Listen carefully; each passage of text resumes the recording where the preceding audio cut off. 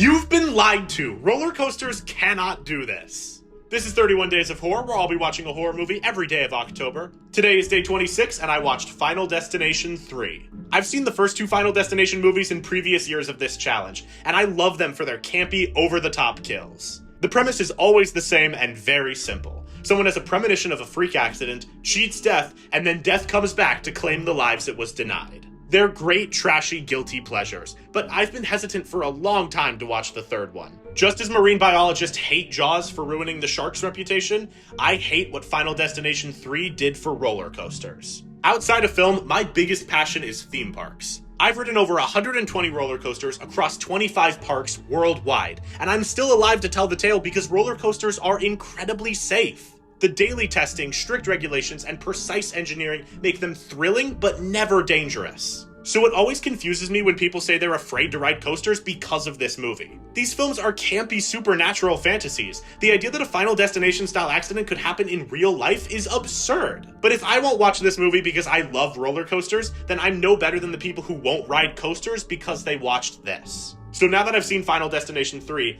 am I too scared to ride a roller coaster ever again? Of course not! The accident here is physically impossible. The roller coaster in Final Destination 3 uses ratcheting over-the-shoulder restraints that make that iconic click, click, click, click, click sound as they lock into place. But the movie also shows a hydraulic pump underneath the coaster car controlling those same restraints. Here's the thing, hydraulics don't click, click, click, click, click. That's not how they work. And even if they were hydraulic, those mechanisms are never mounted underneath the car. The whole disaster is triggered by someone dropping a camera mid-ride, and having loose articles while riding is a valid safety concern, but not because it could derail a coaster.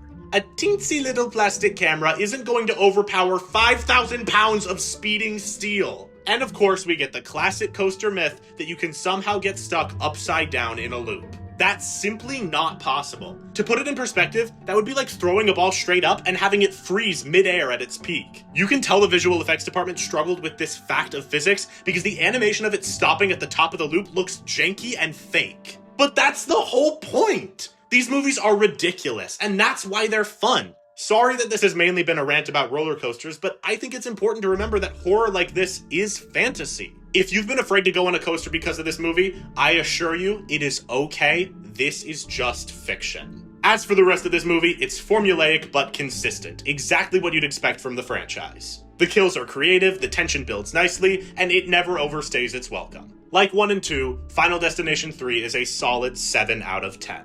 For more coaster enthusiast content, I mean horror reviews, like and follow for the rest of the challenge.